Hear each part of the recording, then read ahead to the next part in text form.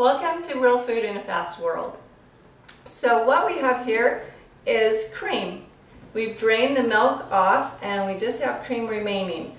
From here I can make sweet cream butter or cultured butter. If I were going to make sweet cream butter, I can take this cream and pour it directly in my blender.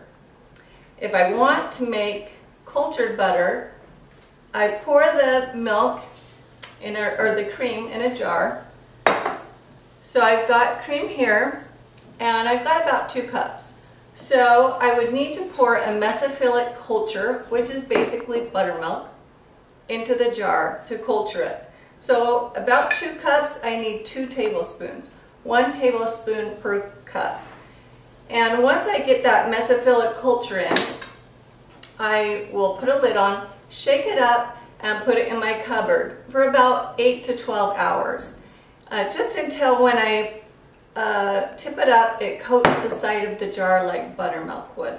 I don't want to get it too thick because it makes butter making a little bit more tricky because it's really thick and harder to drain. But if I do, it's not a lost cause. You can still put it in and thin it out a little bit with milk, and you can drain it off. And even the great thing is, if you mess up and your butter curds, you keep it going too long and they melt or something goes wrong, pour it back in your jar, put it in your fridge, and try again the next day. So fresh cream, again, we just pour it right in the blender and make it. Cultured cream, we're going to culture it just like we would raw yogurt, but we don't let it go as long. Again, just like 8 to 12 hours.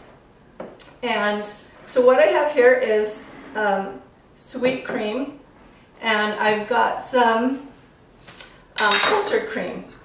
And so today I think we'll do the process with cultured cream, and the process is exactly the same.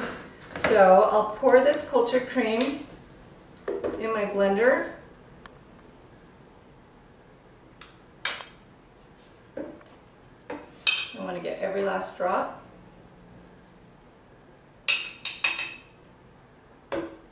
Cultured cream is really my preference because it's probiotic butter. I should say cultured butter is my preference. And it has more flavor. Also, when the butter curds form and I pour off the milk, it's what we would think of as buttermilk. It's cultured buttermilk, and I like to use that in a lot of things.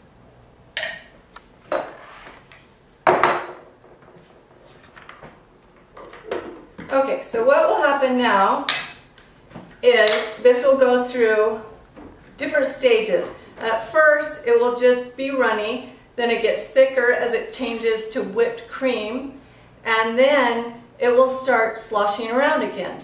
Once it starts sloshing around again, after the thick whipped cream stage, take a look, and you should have butter curds in the blender. Okay, so I like to keep it on medium. Sometimes high can make it too hot and melt the butter curds.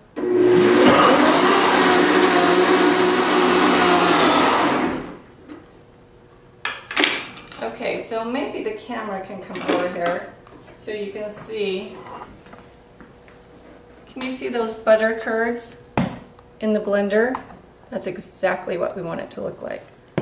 So now I'm going to drain that cultured buttermilk off the butter curds and into a jar.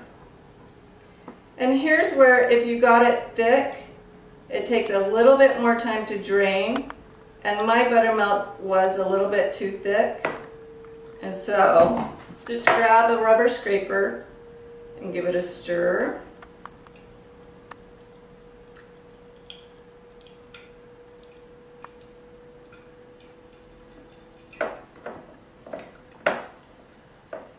And I'm actually going to move over to the sink, so I'll meet you there.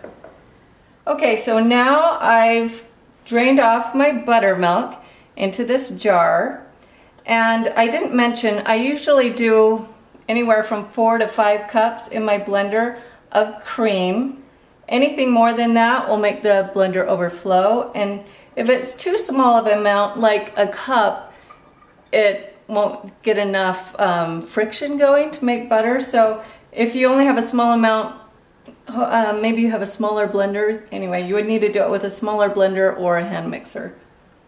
So I'm just going to scrape those extra curds out of this small strainer. And again, if your buttermilk is not as thick as mine, it will drain a lot faster, and you won't really need to use your rubber scraper to drain it through the small mesh. So what I'm doing here is I need to get all this buttermilk off of my curds. The important thing with that is it helps it stay fresh longer. So what I'm going to do is just rinse it with cold water. I want to make sure it's cold first because I don't want to melt the butter curds. And you can see that white liquid coming out the bottom there.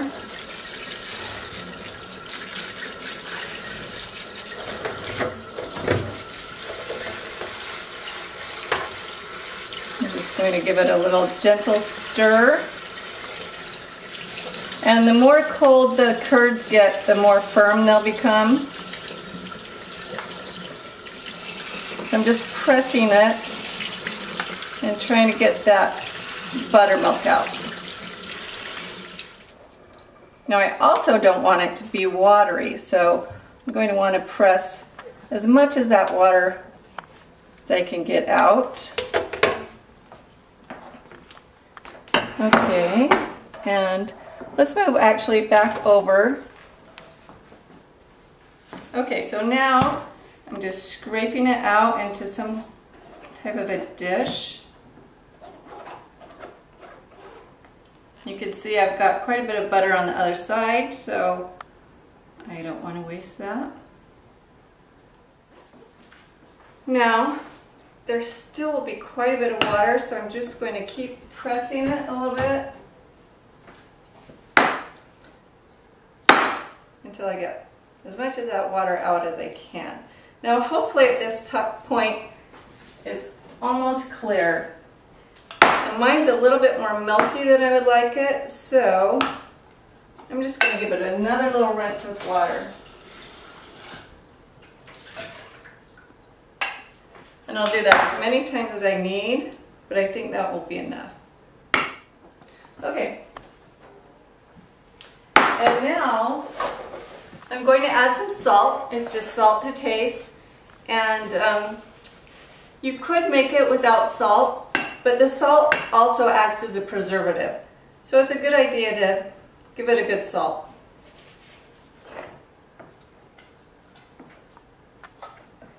And as I mix that salt in, I'm still going to get a little bit more water out, so I'll just drain that.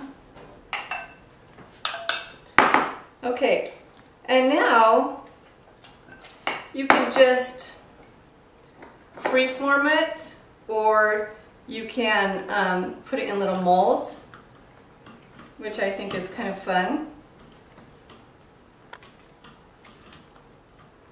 These molds are about a tablespoon each, so that way I know exactly how much butter I've got. Now the thing with fresh butter is it's a living, wonderful, healthy food. But that means because it's living, it tends to keep culturing. And so it can develop some off flavors rather quickly. So I like to make a bunch and put what I'm not using in the freezer, and then just take out what I need for the day, for a day or two. And I'm usually not this fancy. I usually just kind of roll it into a ball and put it in the freezer. But these molds are kind of fun. And it's fun to know how much butter you've got, so it's all pre-measured for you. Okay, so there's your fun butter molds. I think I got this mold at IKEA for not very much. And that is your cultured butter. Thanks for joining me.